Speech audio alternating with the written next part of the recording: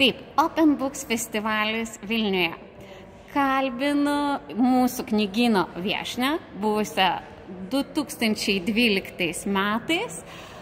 Ir dabar mes esam šalia naujos Gabijos knygos, kuri vadinasi Grožis ir Heizelis, va štai taip, ir su iliustracijoms.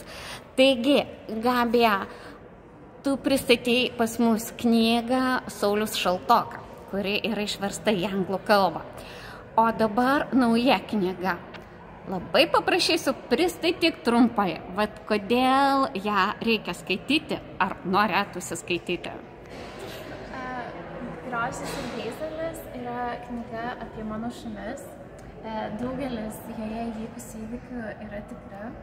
Ir rašydama šią knygą galvojau, kad rašau vaikams, bet iš tiesų, man atrodo, aš parašau ją suaugusiems, nes iš to, kokius atsiliepimus gaunama, atrodo, kad labiausiai patinka skaityti tėvam ir jie skaitydama kartu su savo vaikais gali kalbėtis labai įvairiomis temomis, kartais nepatogiamis.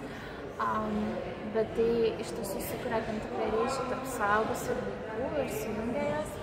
Tai linkiu šią knygą perskaityti visiems, kuriem kyla klausimų apie gyvenimą, ir paprastą gyvenimą, ir paprastą laimę, kas tai yra, ir kaip gyvūnai mums iš tiesų padeda pamatyti kasdienybę.